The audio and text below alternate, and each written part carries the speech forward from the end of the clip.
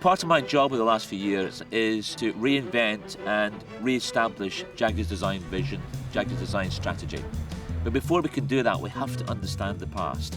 We have to understand what made Jaguar so wonderful and beautiful in years gone by, and we've done that. The Jaguar brand today is going through a transition. What we're doing is we're claiming back what we had all these years ago. If you look at the purity of an E-type, the excitement, the way it sits in the road, it's instantly attractive. The E-type suddenly encompassed everything that Jaguar stood for over the previous 10 years. Jaguar had been developing its racing history, and then suddenly you could capture some of this in a road car, and you could drive it quickly like a race car. And it really established many attributes for the Jaguar brand from there on in. It was way ahead of its time. It was futuristic, and it was optimistic.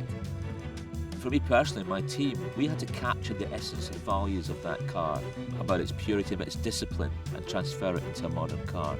So for instance, if you look at the XJ, it doesn't look like an E-type. It doesn't have to. It's about purity, and it's about integrity, and it's about just creating something that's right. And that to me is really the crux of what Jaguar is about. It's about being bold, and just occasionally throwing something in there that surprises people. Not in a shocking way, but in a pleasant way. And that's exactly what the XJ has done. It's created a sense of surprise and delight.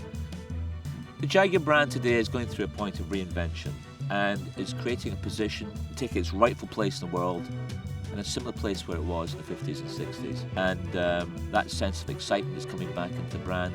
And I'm glad to say people are starting to recognise Jaguar as a very contemporary brand and a performance-oriented brand.